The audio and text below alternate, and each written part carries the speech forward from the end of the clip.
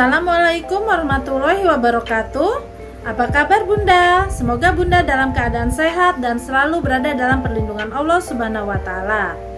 Bunda, apakah Bunda memiliki anak yang sudah remaja atau memasuki usia remaja? Kira-kira apakah Bunda merasa kesulitan berkomunikasi dengan mereka? Topik kita kali ini adalah tips seputar bagaimana cara orang tua berkomunikasi dengan anak yang memasuki usia remaja.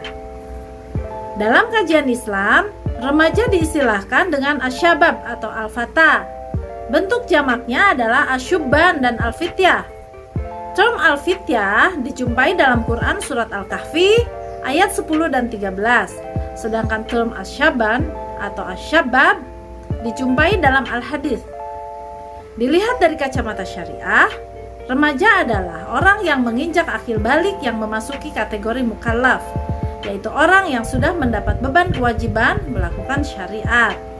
Sedangkan menurut psikolog, pengertian remaja adalah suatu periode transisi dari masa awal anak-anak hingga dewasa.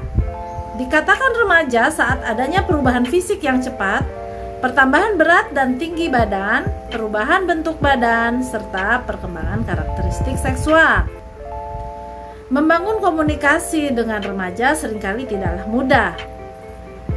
Biasanya di periode ini antara orang tua dengan anaknya yang menginjak remaja seringkali terjadi miskomunikasi dan membuat emosi kedua belah pihak.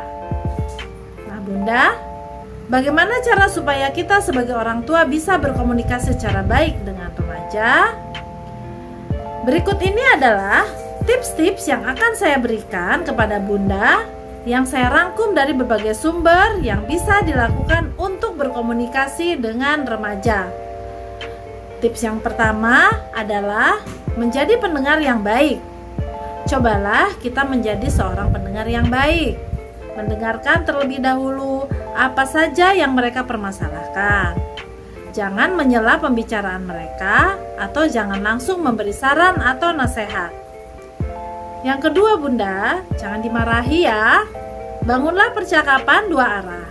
Bukannya kita menceramahi, karena ketika komunikasi itu hanya satu arah, akan membuat mereka merasa dihakimi ya Bunda. Tips yang ketiga, jangan menyerang. Mungkin saja remaja melakukan hal yang tidak sesuai dengan keinginan kita sebagai orang tua.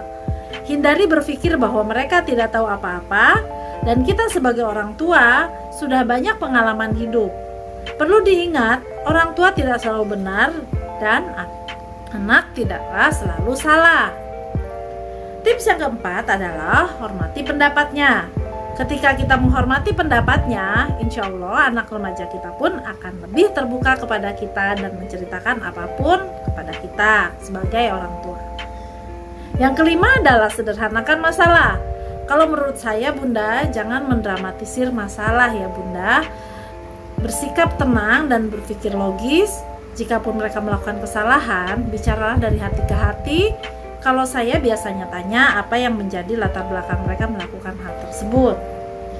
Yang keenam adalah jadilah diri sendiri.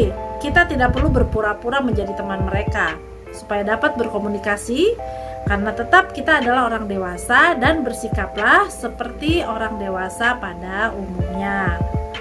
Tips yang terakhir atau yang ketujuh adalah cari waktu yang tepat untuk bicara.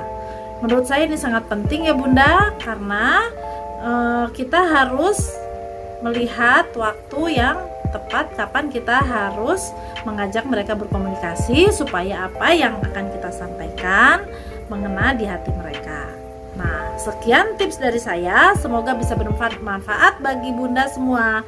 Jangan lupa sebagai orang tua juga harus selalu mendoakan anak-anak kita ya Bunda, karena segala sesuatunya itu setelah ikhtiar tetap kita harus mendoakan mereka pada Allah Subhanahu wa Ta'ala, supaya Allah senantiasa terus menjaga dan melindungi mereka.